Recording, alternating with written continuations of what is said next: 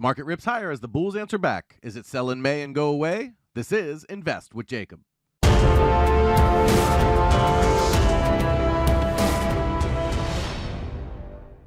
Okay, guys, so in yesterday's video, we were looking for a move up in a B wave toward the 4150 area, and we got that and then some. The market moved very strongly up toward 4150, breaking through all the way into the 4360 range. Now the question is, will the bulls follow through?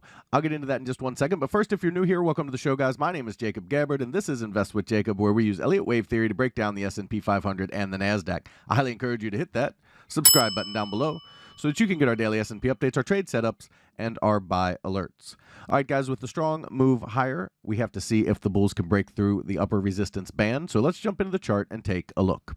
Okay, guys, so here we are on the 1-hour futures chart for the S&P 500. And as you can see, off of yesterday's low, they moved up and never really looked back, giving a brief push down here and then moving straight up after that to the 4166 area before pulling back just a little bit at the close.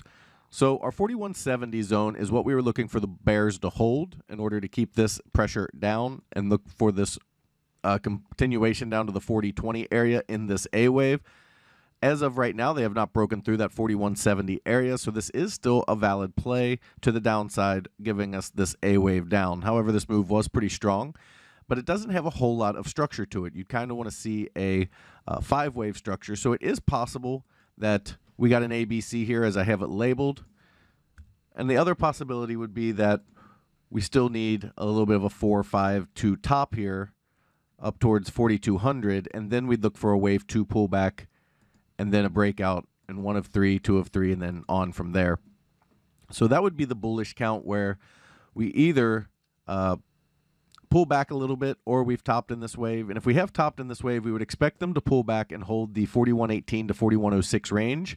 If they break down below 4092, that's a warning to the bulls that we are going to follow through in this A wave to the downside that we've been charting. So there is still a case for this A wave to be made down to 4020, but if the bulls can pull back and make another high through 4070, it does make it a more bullish structure and has us pointing higher toward 4300 plus at that time.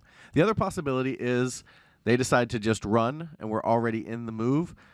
And if they can break 4200 directly, or essentially break this high right here directly, okay, we should see a pretty good squeeze at that point, and we can see 4250 to 4300 pretty quick in a direct move. Now, of course, I draw a straight line, but you may get this kind of movement, but we should see, instead of a bigger pullback, a more direct move towards 4300 at that point.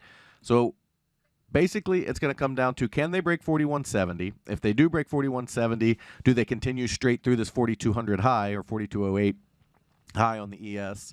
And if they can do that, okay, then we would expect a pretty good squeeze from breaking resistance and a more direct push towards 4300. If not, we look for them to pull back and test 4118 to 4092, and below 4092 has us looking at the 4020 area in the A wave.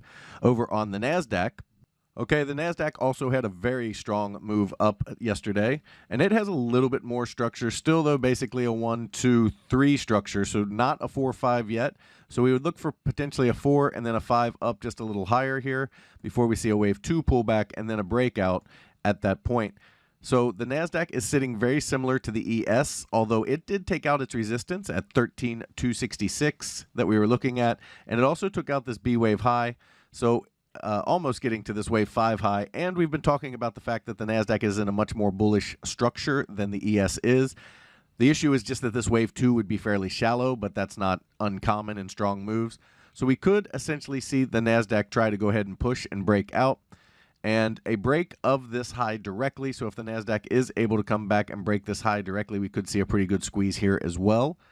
And through the 13,465 level would indicate that we're on our way in wave 3, and that would target up to the 13,700 level after that. So we can see the NASDAQ make a pretty strong move here if they're able to push directly higher over this wave 5 high over here at 13,352 up to the 13,714 region in a more direct manner. Again, it's going to kind of just depend on whether they want to go with a full-on 1-2 or if they're just counting this as a very mini 1-2. And if they can get this 4-5, that looks better for this 1-2. So off of the ground, we got this 1, 2, 3. Traditionally, you'd see a 4 and 5 here and then a pullback. But if they move directly and break out over this wave 5 high and move through 13,465, then 13,714 would be the next target. Now, if they do pull back, they would need to hold the 13,067 to 12,926 zone. If they break down through 12,926, then we would look for a more direct move down to the 12,500 area for a more complete wave 2 at that time. But they would need to break that 12,926 area for that to happen. So the move today on the NASDAQ definitely broke through some resistance, got almost all the way through this wave 5 high, and now is set up for a bullish run if it can follow through.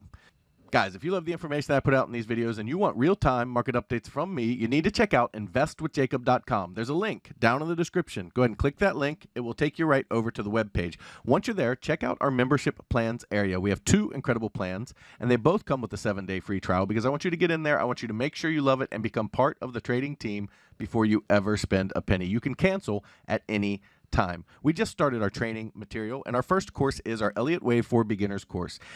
It's Elliott Wave, the way I teach it and use it, and it's included in both memberships. In our first room, the Invest with Jacob room, you get all of my real-time market updates, all of my buy and sell alerts, all of your Elliott Wave questions answered, a midday video where I go over exactly where we are in the counts and what to expect, as well as the training material you just saw. We trade the SPY and the QQQ, and we swing trade, which means our trades last anywhere from a few days to a few months, so we don't trade quite as often as a day trading room does. However, if you are interested in day trading as well as individual stocks, you need to check out PT's Throne Room. In there, you get everything you get in the Invest with Jacob room, as well as individual stocks, day trading, and PT's reduced risk binary method that absolutely crushes the market.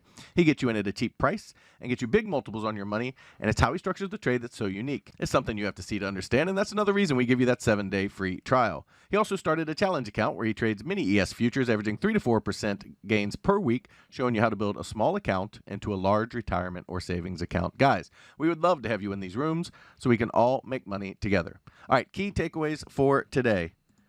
Can the bulls follow through? We'd like to see a 4-5 structure on the ES, where we kind of get a small pullback and then a push up towards 4,200, and then a pullback in wave 2. But if they break 4,200 directly, that is a very bullish sign, and we should see a squeeze directly up towards 4,250 to 4,300.